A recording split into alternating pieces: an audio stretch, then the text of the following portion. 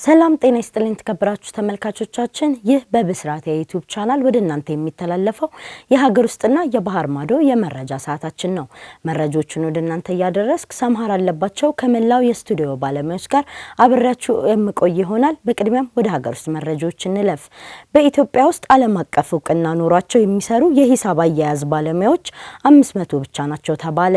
የፋይናንስ ስራን በአግባቡ የሚሰራ በሀገር ደረጃ ያለው የሰው ኃይል ዝቅተኛ መሆኑን በዘርፉ የተሰማራው ኤችኤስቲ አካውንቲንግ ቴክኒሻን ትሬዲንግ አስታውቋል። የኤችኤስቲ ዋና ስራ አስፈጻሚ አቶ ሰለሞን ግዛው ለብስራት ሬዲዮ እንደተናገሩት በኢትዮጵያ ውስጥ እውቅና ያላቸው አካውንታንት ቁጥር 500 ብቻ ነው ብለዋል። በአካውንቲንግ ዲግሪና ማስተርስ መያዝ ለሙያው በዓለም አቀፍ ደረጃ ብቁ እንደማያደርግ የተናገሩት አቶ ሰለሞን ለሙያው ዓለም አቀፍ የሂሳብ አያያዝ ደረጃ የሰለጠኑ በየጊዜው ድጋፍ የሚያደርግላቸው መነሻ ያላቸው ባለሙያዎች እንደሚያስፈልጉ ተናግረዋል።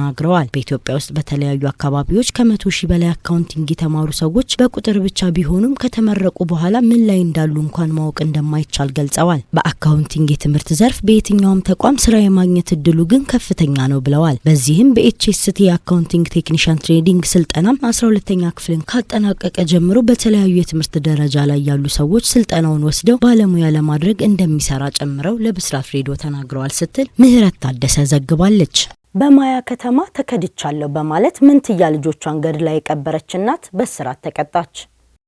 ኡርጂ መሐመድ ነዋሪነቷ በማያ ከተማ አስተዳደር አውዳይ ክፍለ ከተማ ጫልቱ ቀበሌ ውስጥ ነው። ኡርጂ በወጣትነቷ ከቤተሰቦቿ ተለይታ የተለያዩ ስራዎችን በመስራት ከታላቅና ከታናሽ ወንድሞቿ ጋር በጋራ ትኖራለች። ከስራዎቿና ከወንድሞቿ ጋር ከመኖር ውጪ ሌላ ህይወት ውስጥ ያልገባችው ኡርጂ ድንገት ወደ ህይወቷ የመጣ አንድ ሰው የህይወት አቅጣጫዋን መቀየሩን የማያ ከተማ አስተዳደር ፖሊስ መምሪያ የኮሙኒኬሽን ኃላፊ ምክትል ኢንስፔክተር ሙሉ አለም በቀለ ተናግረዋል። ኡርጂ ከዚህ ሰው ጋር ባልታሰበ መንገድ ግንኙነታቸው ጠንክሮ ወደ ፍቅር ተሸጋግሯል። በጥንዶች የተጀመረው የፍቅር ግንኙነት ፍሬ አፍርቶ ኡርጂ ትጸንሳለች። ሆኖም ፍቅረኛዋ መጸነሷን በተረዳበት ወቅት ካጠገቧ ይሰወራል። የመውለጃ ጊዜዋ እስከሚደርስ በጤና ጣቢያ ክትትል ስታደርግ እርግዝናዋ ሰላማዊና ጤነኛ መንታ ልጆች እንደሆኑ ይነገራል። በዚህ ደስተኛ ያልሆነችው ኡርጂ በተከዳችው ሰው መንታ ልጆች ማርገዟ ትልቅ የስነ ልቦና ችግር ቢፈጥርባትም ሰኔ 10 ቀን 2017 ዓ.ም ክትትል በምታደርግበት ጤና ጣቢያ አንዲት ሴትና አንድ ወንድ ልጅ በሰላም ትገላገላለች። ከጤና ጣቢያ መንታ ልጆች በሰላም ተረክባ ወደ ቤቷ ከመጣች በኋላ ጨቅላ ህጻናቱ በተለያዩ ምክንያት እያለቀሱ ሲያስቸግሯት በተለየ መንገድ ከመከዳቱ ስሜት ጋር የተፈጠረባት ጭንቀት ሁለቱን መንታ ልጆቿን በተጠቀለሉበት ጨርቅ አፍና በመግደል ማንም ሳያያት በመኖሪያ ቤቷ አፈር በመቆፈር መንታ ልጆቿን እንደቀበረች ምክትል ኢንስፔክተር ሙሉ አለም ተናግረዋል። በነጋታው የህፃን ለቅሶ መስማት ያልቻለው ታናሽ ወንድሟ ስለ ህፃናቱ ሲጠይቃት ባልተረጋጋ ስሜት መተኛታቸውን ብትገልጽም ተጠራጥሮ በቤታቸው ጓሮ የተቆለለው አፈር ላይ ሁለት ትላልቅ ድንጋይ እንደተቀመጠ በሲያይ ለታላቅ ወንድሙ ይናገራል። ታላቅ ወንድምም ለአካባቢው ለሚያውቃቸው የሀገር ሽማግሌዎች ጥርጣሬውን ያስረዳል። የሀገር ሽማግሌዎቹም ጉዳዩን ወዲያውኑ ለፖሊስ በማሳወቅ በተደረገ ምርመራ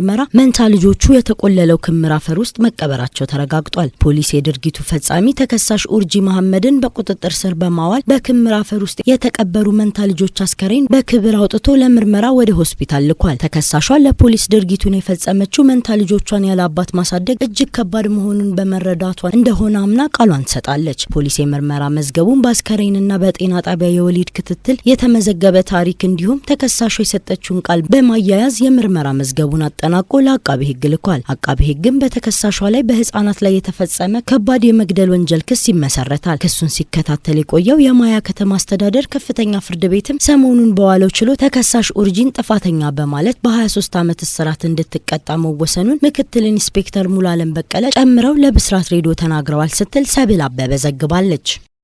ተመልካቾቻችን እስካሁን ስትከታተሉት የነበረው የሀገር ውስጥ መረጃዎች ይህን ይመስላል።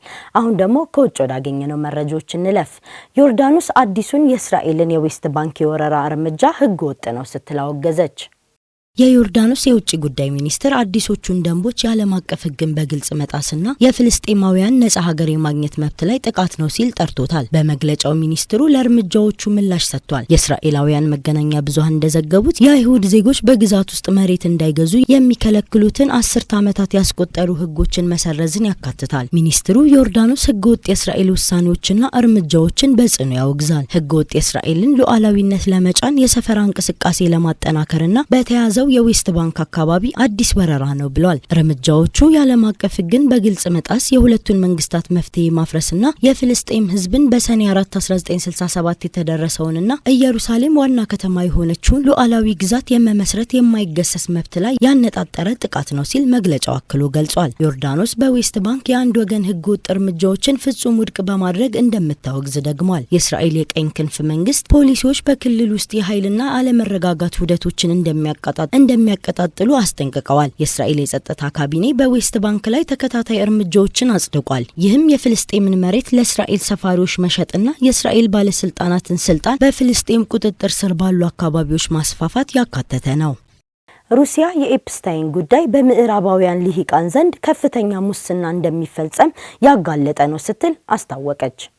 የወሲብ ወንጀለኛ የሆነው ጄፍሪ ኤፕስታይን ጉዳይ የምዕራባዊ ሊቃውንት የክፋት የበላይነት ምልክት የሆነውን ከፍተኛ የዓለም ሙስና አጋልጧል ሲል የሩሲያ ውጭ ጉዳይ ሚኒስትር ቃል አቀባይ ማሪያ ዛካሮቫ ተናግረዋል። ለሀገር ውስጥ መገናኛ ብዙሃን ዛካሮቫ በሰጡት መግለጫ የኤፕስታይን ጉዳይ በተለያዩ ሀገራትና በዓለም አቀፍ ድርጅቶች ውስጥ ስላለው በስልጣን ላይ ባሉ ሰዎች መካከል የተደረገ ሴራና በዓለም ዙሪያ ባሉ የገንዘብና ኢኮኖሚያዊ ሂደቶች ላይ ስላላቸው ተጽዕኖ ያጋለጠ ነው ብላለች። እነዚህ ከምንም ተስፋ ቢስነት ወይም ከብልሹነት ያልተፈጸሙ አስከፊ ወንጀሎች ናቸው። እነዚህ ወንጀሎች የተፈጸሙት ለክፋት ሲባል ነው ስትል ዛክሮቭ ተናግራለች። ስለ ምዕራባውያን ልሂቃን ምንም የምናውቀው ነገር የለም። እናም ይህ በትልቅ የበረዶ ግግር ላይ ያለ ትንሽ የበረዶ ቅንጣት ብቻ ነው፣ የበረዶ ጫፍ አይደለም ስትል አክላለች። የዩናይትድ ስቴትስ የፍትህ ዲፓርትመንት ባለፈው ህዳር ወር በህግ በተፈረመው በኤፕስታይን ሰነድ ግልጽነት መመሪያ ስር ከ3 ሚሊዮን በላይ ገጾች፣ 2000 ቪዲዮዎችና 180,000 ምስሎች በቅርቡ መለቀቁ ይታወሳል። ኤፕስታይን ከንግድ ሰራተኞች፣ ቢሊዮነሮች፣ የመንግስት ባለስልጣናትና